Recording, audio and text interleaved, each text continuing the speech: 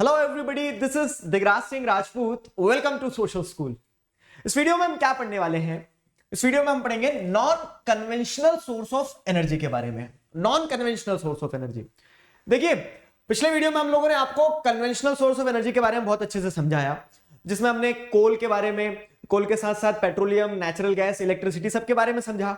अब वो क्या था? वो कन्वेंशनल था, मतलब पुराने तरीके से चलाते आ रहे हैं आप उसको, ठीक है। वो नॉन रिन्यूएबल भी नहीं है, वो एक ऐसा सोर्स ऑफ एनर्जी था जो कि क्या है, जो कि एक समय पे खत्म हो जाएगा, जो एनवायरमेंट फ्रेंडली नहीं है। वो सारी चीजें हमने पढ़ी। अब हम जो पढ़ेंगे ना, वो नॉन कन्वेंशनल के बारे में पढ़ेंगे, मतलब जो अभी अभी नए नए तरीके से हमने एनर्जी जहां से एक्सट्रैक्ट करना स्टार्ट किए, which are eco friendly, which are renewable. वो सारी चीजें हम क्या करने वाले हैं, इस वीडियो में पढ़ने वाले हैं, समझने वाले हैं। तो non conventional source of energy की क्या नीड है, कौन कौन से non conventional source of energy पढ़ेंगे, सारी चीजें एक एक करके हम समझते चलेंगे। उससे पहले एक इंपॉर्टेंट अपडेट ये कि आप हमारा टेलीग्राम चैनल ज्वाइन कर लीजिए, जो आपको मदद देगा बहुत हद तक किस चीज में, कि कब कौन सा सेशन आने वाला है। ये सारी अपडेट जो है मिलती रहेंगी। लिंक डिस्क्रिप्शन में है, तो इस टेलीग्राम चैनल को ज्वाइन कर लो। और साथ ही साथ आप अनअकैडमी ऐप डाउनलोड कर सकते हैं, जहां पर आपको बहुत सारे एक्साइटिंग फीचर्स जानने को मिलेंगे, जैसे स्पेशल क्लासेस होती हैं, क्विज होते हैं, लाइव क्विजेस होते हैं, उसी के साथ साथ में ओपन हाउस जैसा एक फीचर है जहां पे हम बात करते हैं। तो बहुत सारे मल्टीपल फीचर्स हैं जो आप एक्सप्लोर कर सकते हैं अनअकैडमी ऐप पर। तो ऐप डाउनलोड कीजिए, DIGRAJ इस पासकोड के साथ में इन सभी फीचर्स को आप क्या कर सकते हैं, एक्सप्लोर कर सकते हैं। So please download the Unacademy app and use this app. इसी के साथ साथ टेलीग्राम चैनल को भी ज्वाइन कर लेना। क्लियर है? तो अब देखो, non conventional source of energy. सवाल यह है कि सब बढ़िया तो चल रहा है sir, conventional source of energy तो है, फिर non conventional source of energy की डिमांड क्यों? ठीक है, why it is in debate. तो what is the need of non conventional source of energy? सबसे पहले देखो, ये पढ़ने की बात हो, जीवन में कुछ करने की बात हो, कुछ भी हो ना, हमेशा क्यों जरूर पूछना, जरूरत क्या है ये जरूर पूछना। जब आप जरूरत क्या है, वाई, क्यों, ये इस तरह के सवाल पूछते हो ना किसी भी चीज में, अब वो चाहे सिलेबस का पार्ट हो या लाइफ का पार्ट हो, तब आपको जवाब मिलता है। ठीक है, तो जवाब यहां पे क्या है? With the increase in consumption of fossil fuels. अब हम क्या कर रहे हैं, जैसे fossil fuels conventional source of energy में आ जाएंगे। आप पेट्रोलियम का इस्तेमाल कर रहे हैं, आप नेचुरल गैस का इस्तेमाल कर रहे हैं, तो फॉसिल फ्यूल्स है, उन्हें आपने एक बार यूज किया, धुआं बना दिया, उड़ा दिया, खत्म। ठीक है, और इसका यूज भी बढ़ रहा है। ठीक है, यूज क्यों बढ़ रहा है? क्योंकि पॉपुलेशन बढ़ रही है, व्हीकल्स बढ़ रहे हैं, सारी चीजें हो रही है, डेवलपमेंट तेजी से आगे हो रहा है। तो डेवलपमेंट को उठा के कौन ले जाएगा? यही फ्यूल फॉसिल फ्यूल्स का कंजम्पशन है, यही तो डेवलपमेंट को आगे खींच रहा है। ठीक है, तो no doubt there is increase in the consumption of fossil fuels. लेकिन इसका इंपैक्ट क्या हो रहा है पता है? इसका इंपैक्ट ये हो रहा है कि जितना हमारे पास बच रहा है उसका प्राइस बढ़ रहा है। देखो, डिमांड और सप्लाई का खेल समझते हो ना, किसी चीज की सप्लाई कम होगी और डिमांड बढ़ेगी तो उस चीज का प्राइस बढ़ना तय है। सिंपल इकोनॉमिक्स है।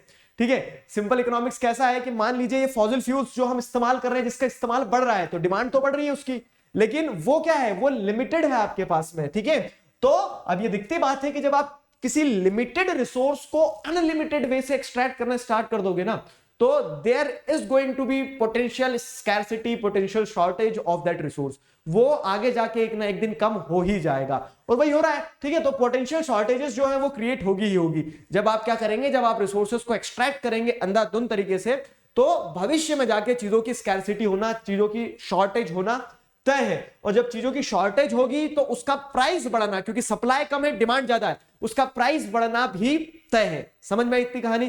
तो अब फिर से जरा सारे मोतियों को एक धागे में पिरो के माला बनाते हैं। तो when we are dependent on the conventional source of energy, ठीक है, and due to the increase of their consumption, ठीक है, there is bound to be the potential shortage as well as rise in the price of oil and gas। अब इस स्थिति में क्या है, इस स्थिति में क्या सिचुएशन डेवलप होगी? There will be, it will raise the uncertainties about the security of energy supply in future and cause serious environmental problem. ठीक है, तो देखो, हमारे भविष्य में हमें रिसोर्सेज की कमी होगी, ये तो तय है। ठीक है, सीरियस क्या होगा? इनसिक्योरिटीज आपको देखने को मिलेगी related to your energy requirements. लेकिन उसी के साथ साथ एक समस्या होगी कि इन्वायरमेंट को भी प्रॉब्लम होगी। जब आप क्या करेंगे, बहुत ज्यादा फॉसिल फ्यूल्स वगैरह का इस्तेमाल करेंगे, तो वही पोल्यूशन और ये सारी समस्याएं होंगी।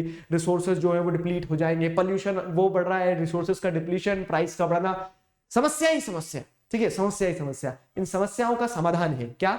इन समस्याओं का समाधान है कि हम non conventional source of energy पे डिपेंडेंट हो जाए। तो therefore there is pressing need to use renewable energy sources which are non conventional. Non conventional renewable है ना, renewable source of energy like solar energy का इस्तेमाल किया जाए। खूब है, जब तक सूरज निकलेगा तब तक हमारे पास एनर्जी रहेगी। तो जब तक सूरज चांद रहेगा सोलर एनर्जी का काम रहेगा, इस टाइप की कहानी है। तो सोलर एनर्जी हो गया, विंड हो गया, टाइड हो गया, बायोमास हो गया, ठीक है, biomass and energy from waste material, atomic energy हो गई, ये सारा का सारा किस में आ जाएगा, ये सारा का सारा आपका non conventional source of energy में आ जाएगा।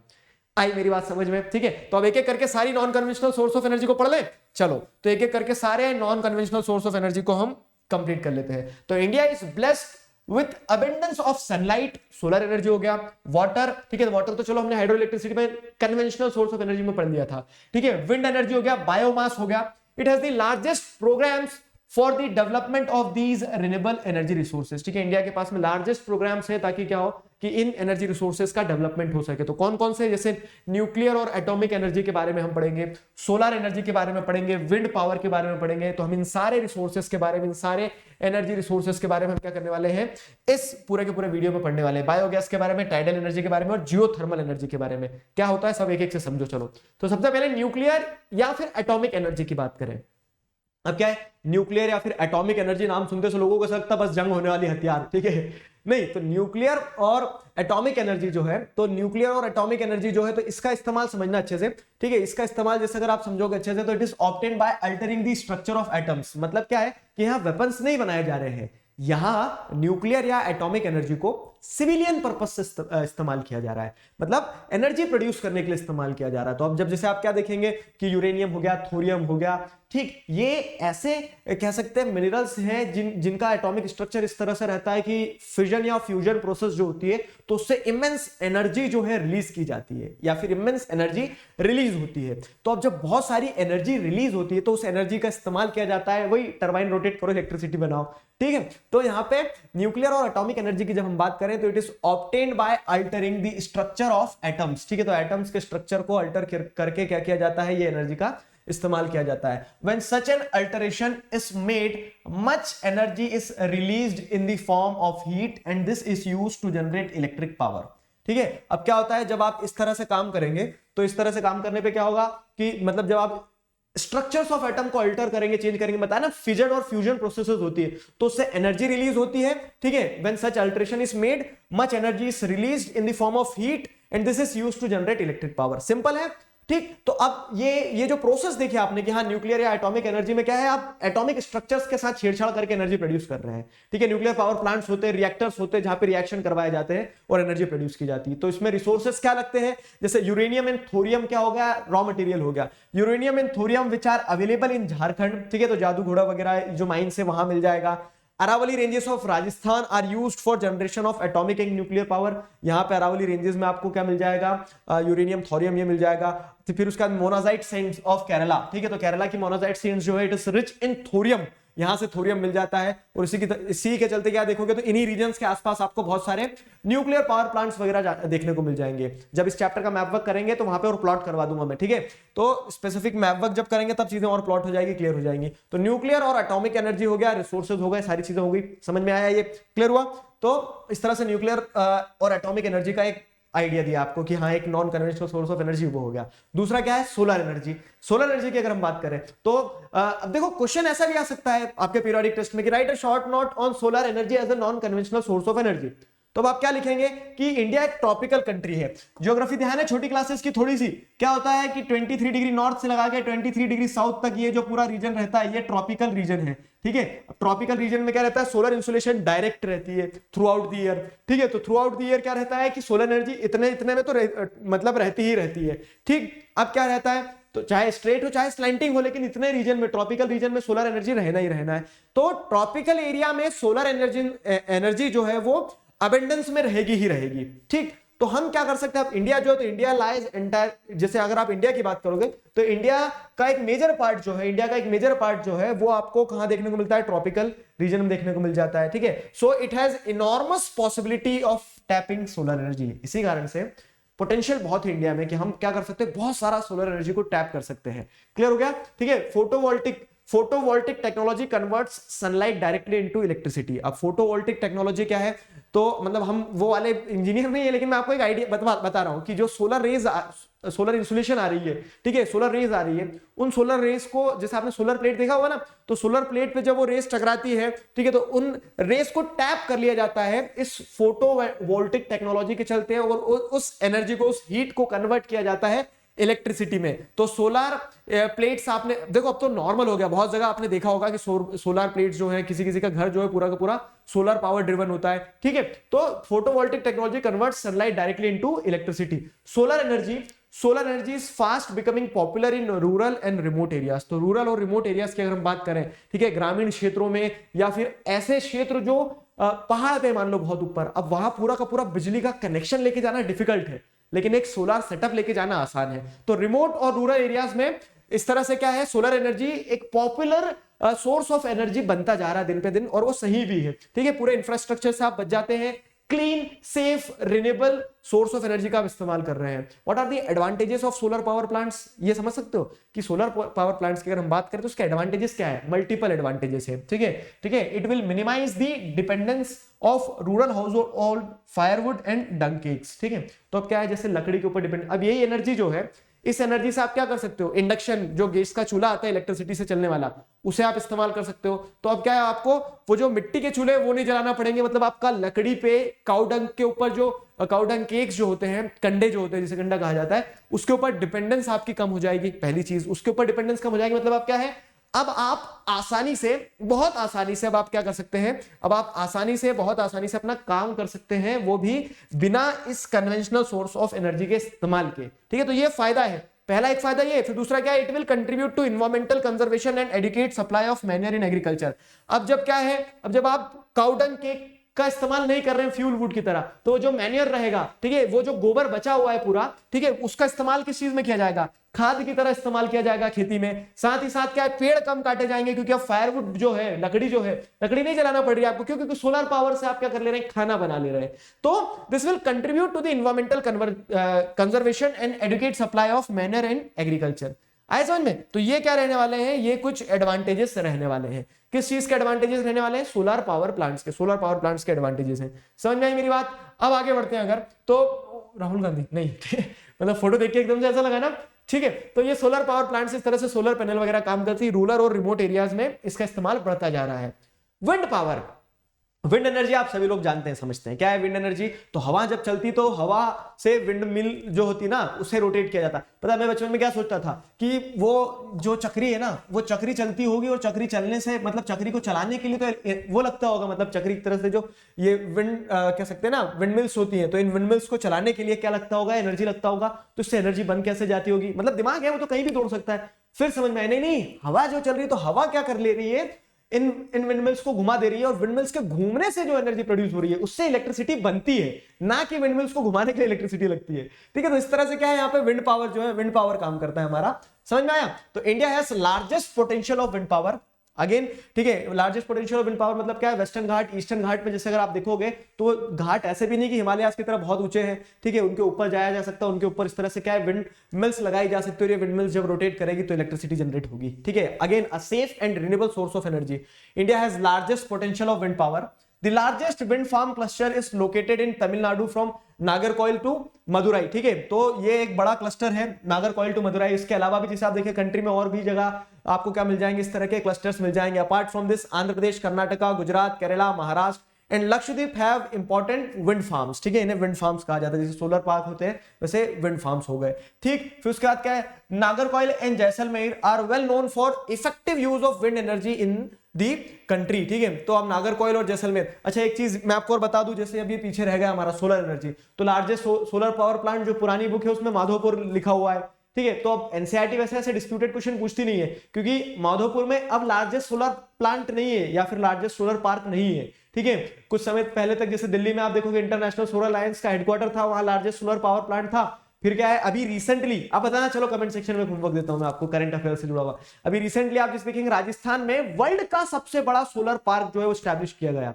कहां पे किया गया ये आप बताएंगे कमेंट सेक्शन में मुझे। ठीक है, तो इस तरह से क्या है, विंड एनर्जी हो मतलब सोलर एनर्जी हो गया, तो वो वाला जो पूरा रीजन है ना, गुजरात, राजस्थान, तो नो डाउट क्लाइमेटिकली वो थोड़ा सा डिप्राइव्ड है, लेकिन उसमें यहाँ पे आपको विंड और सोलर एनर्जी की पोटेंशियल बहुत ज्यादा मिलेगी। वैसे ही विंड पावर की अगर हम बात करें तो नागरकोइल हो गया, जैसलमेर हो गया, are well known for effective use of wind energy in the country. ठीक, चलो अब आता है अगला क्या, बायोगैस। ठीक है, बायोगैस क्या है, तो बायोगैस मतलब देखो, बायो समझ में आ रहा है, जैसे नेचुरल गैस था तो वैसे बायोगैस मतलब कि आप जो शर्ब्स हो गए, फार्म वेस्ट हो गया, एनिमल एंड ह्यूमन वेस्ट हो गया, तो इस तरह का वेस्ट मटेरियल जो है, ठीक है, जो कहीं ना कहीं लाइफ से जुड़ा हुआ है, ठीक है, बायो, तो shrubs, farm waste, animal, human waste, इन सारी चीजों का इस्तेमाल किया जाता है use to produce biogas for domestic consumption in rural areas. ठीक है, तो रूरल एरियाज में डोमेस्टिक कंजम्पशन के लिए बायोगैस का इस्तेमाल किया जाता है। समझ में आई, ये पॉइंट समझ में आया। तो रूरल एरियाज में मोस्ट ऑफ द टाइम जहां पे लाइफ से जुड़ा हुआ जो वेस्ट रहता है, उस वेस्ट का इस्तेमाल किया जाता है ताकि एनर्जी प्रोड्यूस की जा सके। एक सिंपल एग्जांपल जैसे देता हूं मैं आपको कि जो मैन्योर होता है, काउडंक होता है, ठीक है, काउडंक जो होता है, गाय का, भैंस का, बेल का जो गोबर होता है, उस गोबर के अंदर से मीथेन रिलीज होती है। तो अब क्या है, वो ऐसा थोड़ी ना कि आप बस एक बॉटल लेके चले गए कि मीथेन निकल के आ जाएगी, उसे प्रोसेस करना पड़ता है ना उसके लिए। तो क्या होता है, गोबर गैस जो होते हैं, ठीक है, तो इस तरह से क्या है, बायोगैस प्लांट्स वगैरह बनाए जाते हैं जहां पे इस वेस्ट मटेरियल से गैसेस वगैरह एक्सट्रैक्ट कर ली जाती है, जिसे इस्तेमाल किया जाता है एनर्जी रिसोर्सेज की तरह। सिंपल, ठीक है। तो अब इसमें क्या है कि जो भी है ऑर्गेनिक मैटर है, ठीक है, लाइफ से रिलेटेड मैटर है, इसे जब आप क्या करोगे, डिकम्पोज करोगे ना, तो इट विल यील्ड गैस। ठीक है, इससे गैस मिलेगी and this gas has higher thermal efficiency in comparison to kerosene, dung cake and charcoal. ठीक है, तो आप चारकोल का, गोबर का या फिर केरोसिन का इस्तेमाल करें ना, तो उसकी अपेक्षाकृत इससे कंपेयर करोगे तो रिलेटिवली क्या होता है, ये जो गैस आप इनके डिकम्पोजिशन से ऑब्टेन कर रहे हो, उसके अंदर ज्यादा थर्मल एफिशिएंसी होती है, वो ज्यादा आपको क्या दे देगी, प्रोडक्टिविटी दे देगी, ज्यादा चीजों को गर्म कर देगी, ज्यादा एनर्जी प्रोवाइड कर देगी। ठीक है, तो यहां पे बायोगैस भी क्या हो जाती है, अलग अलग बायोगैस प्लांट जो हो जाते हैं वो क्या हो जाते हैं, एक इंपॉर्टेंट एस्पेक्ट हो जाता है क्लीन और रिन्यूएबल एनर्जी का, non conventional source of energy का। समझ में आई मेरी बात? ठीक है, तो अब जैसे अगर आगे देखोगे बायोगैस प्लांट्स में क्या है, biogas plants are set up at municipal, cooperative and individual levels. तो गवर्नमेंट भी इनिशिएटिव लेती है म्युनिसिपल लेवल पे, कोऑपरेटिव लेवल पे, इंडिविजुअल्स अपने घरों में बायोगैस प्लांट्स लगा लेते हैं। जैसे अब अगर if you are from rural background, तो हो सकता है आप में से काफी सारे बच्चों के यहाँ गोबर गैस प्लांट हो। ठीक है, तो plants using cattle dung are known as gobar gas plants in rural areas. तो ग्रामीण क्षेत्रों में आपको क्या मिल जाएंगे, इस तरह के गोबर गैस प्लांट मिल जाएंगे। ठीक है, नॉर्मली ये रहता है बहुत सारे घरों में, गाँव में रहता है, जिसमें क्या है कि आप इस तरह से जो भी कैटल डंग रहता है उसका इस्तेमाल करते हो, एक चैम्बर रहता है, तो वहां पे गैस बनती है, उस गैस को फिर इस तरह से क्या कर दिया जाता है, लोग अपने किचन तक ले जाते हैं। ठीक है, और उस गैस से का इस्तेमाल किया जाता है खाना बनाने के लिए। तो अब देखो, वो पेट्रोल बोल रहा हूं, वो गैस की टंकी का खर्चा बच गया। दूसरी चीज क्या है, जो काऊ डंग था, तो ये काऊ डंग और अच्छा मैनर में कन्वर्ट हो जाता है, ठीक है, और अच्छा खाद बन जाता है। खेत में ऐसे ही फेंकने की जगह जब इसको आप क्या करते हैं, गोबर गैस में प्रोसेस करने के बाद फेंकते हैं, तो ये क्या आपको गैस तो देगा मीथेन, और एक अच्छा खाद, फर्टाइल खाद के फॉर्म में क्या हो जाता है, कन्वर्ट हो जाता है। तो दीज आर दी एडवांटेजेस। ठीक है, तो अब ट्विन बेनिफिट्स की अगर हम बात करें ना, कि बायोगैस प्लांट्स जो रहते हैं या फिर गोबर गैस प्लांट्स जो रहते हैं, तो गोबर गैस प्लांट जो रहेगा उसका एडवांटेज क्या है, उसके ट्विन बेनिफिट है। अब क्वेश्चन यहां पे यही बन गया आपके पीरियोडिक टेस्ट में, क्या होता है, देखो इंटरनल क्वेश्चन कहां से बन सकता है, आइडेंटिफाई करना सीखो। क्वेश्चन ये बन गया, what are the twin benefits of biogas plants. ठीक है, तो अगर आप यहां देखेंगे तो सबसे पहले तो it acts as a source of energy. ठीक है, it provide source of energy. ठीक है, मतलब एक सोर्स ऑफ एनर्जी हो गया ना, आपको इससे एनर्जी मिल रही है। और दूसरा क्या है, it provides quality of manure. ठीक है, जो खाद हो सकता है कि काऊ डंग को ऐसे ही इस्तेमाल करने पे उतना क्वालिटेटिव नहीं रहता, वो और क्वालिटेटिव हो जाता है जब आप उसे प्रोसेस कर लेते हैं। प्लस इसके साथ में क्या है, एक बेनिफिट ये भी, it prevents the loss of tree and manure due to the burning of fuel wood and cow dung CAG.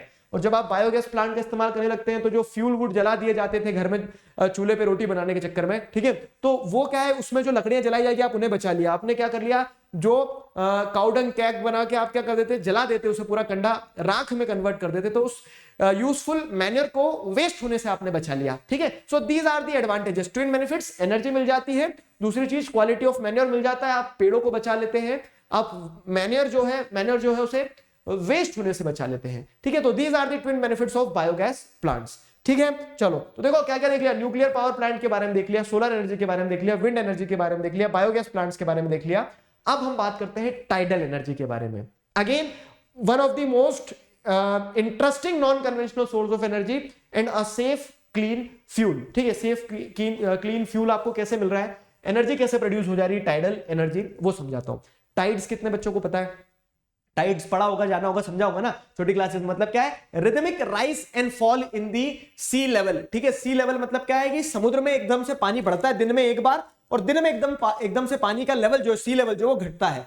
क्यों बढ़ता घटता है? तो टाइड जो है तो वो उसमें फिर पूरी ज्योग्राफी है कौन सी कि मून जो है, मून जो है तो मतलब जैसे अगर आप देखेंगे क्या है कि अर्थ और मून और सन जो है इनकी पोजीशंस जो है, तो जब ये अलग अलग पोजीशंस पे रहते हैं तो ग्रेविटेशनल फोर्स काम करते हैं इनके, और उन ग्रेविटेशनल फोर्स के कारण बल्ज बनता है तो हाई टाइड बोलते हैं, और जब क्या होता है बल्ज घटता है तो उसे लो टाइड बोलते हैं। अभी के लिए इतना समझा दिया, नहीं तो मैंने छोटी क्लासेस में पढ़ाया है, वीडियो है यूट्यूब पर, आप सर्च कर लो आपको मिल जाएंगे। ठीक है, तो क्या है यहाँ पे जैसे टाइड्स की अगर हम बात करें, ठीक है, तो टाइडल एनर्जी कहां से मिलेगी आपको? टाइडल एनर्जी यानी टाइड से मिल रही है। तो ओशियानिक टाइड्स जो है, ठीक है, समुद्र में पानी का बढ़ना और घटना, ये जो ओशियानिक टाइड्स रहती हैं, तो oceanic tides can be used to generate electricity. Electricity generate करने के लिए इन टाइड्स को जब इस्तेमाल किया जाता है तो उससे जो एनर्जी बनेगी उसे हम टाइडल एनर्जी कहते हैं। सिंपल, ठीक है, ये टाइडल एनर्जी होगी।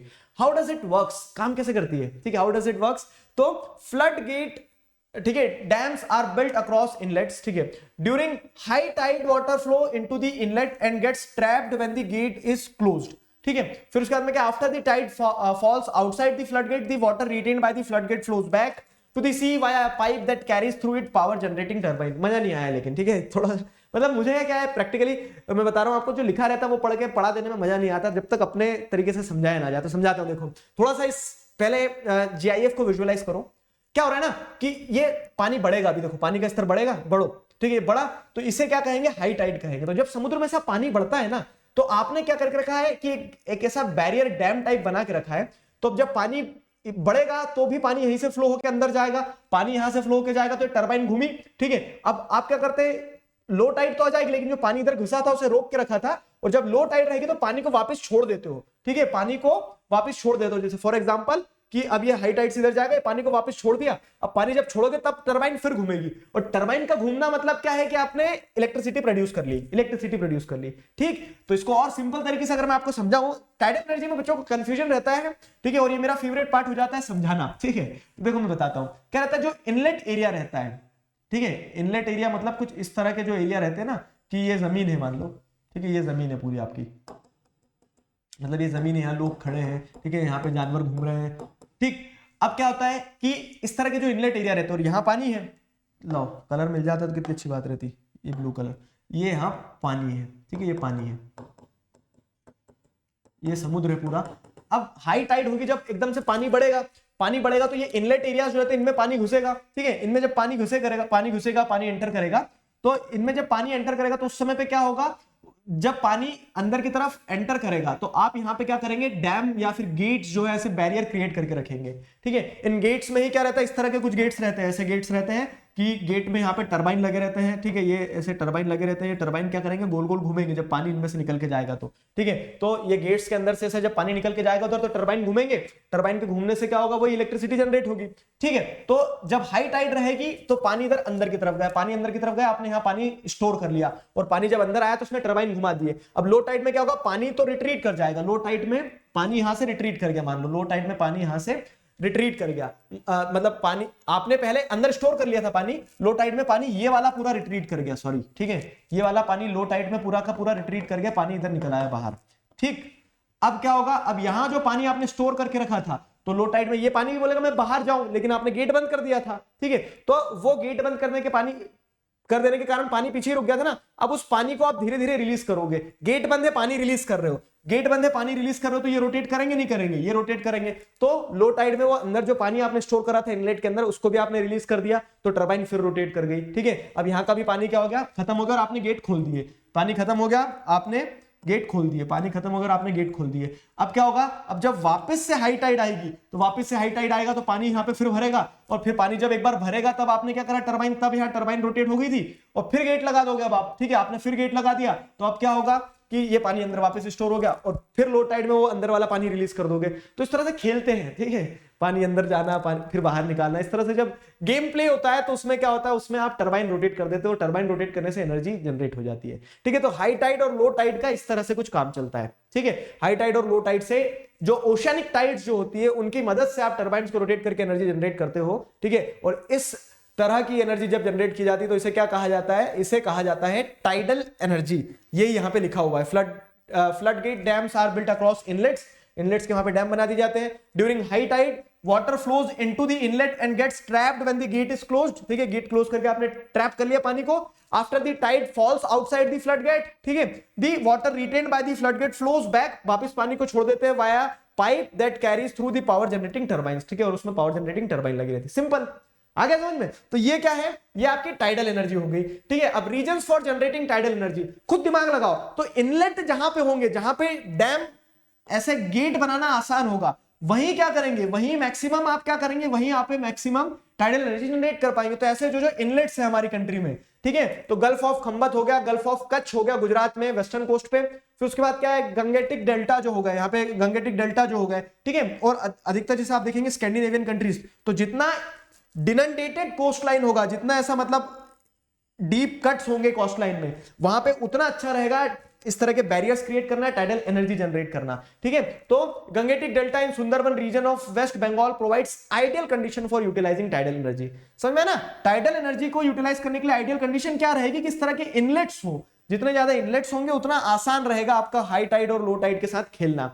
समझ में आई मेरी बात? So these are some of the reasons where tidal energy is generated. अब अगर एक और देखें, लास्ट जो है non conventional source of energy, आपने tidal energy, solar energy, wind energy, atomic energy, biomass, ठीक है, बायोगैस जो है, तो इन सब के बारे में पढ़ लिया। एक और जो non conventional source of energy, एक और interesting non conventional source of energy है, वो है जियोथर्मल एनर्जी। जियोथर्मल एनर्जी क्या है? ये जियो वाला नहीं है, ठीक है, जियो मतलब यहां पे क्या है, अर्थ। अब आप ज्योग्राफी के स्टूडेंट हो तो एक चीज तो आपने 9th में ज्योग्राफी अगर अच्छे से पढ़ी ना, दिल लगा के, तो चीजें समझ में आ रही होगी। एक चीज क्या समझाई थी मैंने, सिखाई थी आपको कि जैसे जैसे आप अर्थ के इंटीरियर में जाओगे, सर क्यों जाएं, ठीक है, पहला सवाल तो मतलब जाना इन द सेंस कि समझना, अर्थ के इंटीरियर में जैसे जैसे हम जाते हैं तो हमें क्या पता चलता है कि टेम्परेचर बढ़ रहा है। क्यों? क्योंकि अंदर की तरफ देखोगे मोल्टन मैग्मा वगैरह, बहुत ज्यादा प्रेशर के कारण हीट ज्यादा है, ठीक है। तो अर्थ के इंटीरियर में जैसे जैसे जाओगे हीट बढ़ते जाएगी, इतना जानते हो ना, ठीक है। अर्थ के इंटीरियर में जाएंगे तो हीट बढ़ती है, मतलब नीचे अंदर क्या है, अंदर अर्थ के नीचे अंदर हीट है। क्लियर हुआ? अब देखो क्या है, जियोथर्मल एनर्जी की अगर बात करें तो geothermal energy refers to the heat and electricity.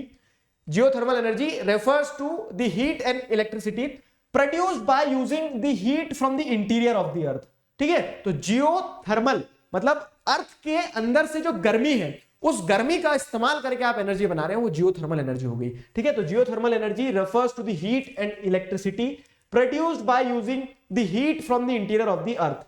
How does it works? काम कैसे करता है ये, काम कैसे करता है वो भी सिखाता हूं, देखो मैं आपको। तो आप जैसे देखेंगे ना, the earth grows progressively hotter with increasing depth, जैसे गहराई में जाओगे अर्थ गर्म होता चले जाएगा, ठीक है।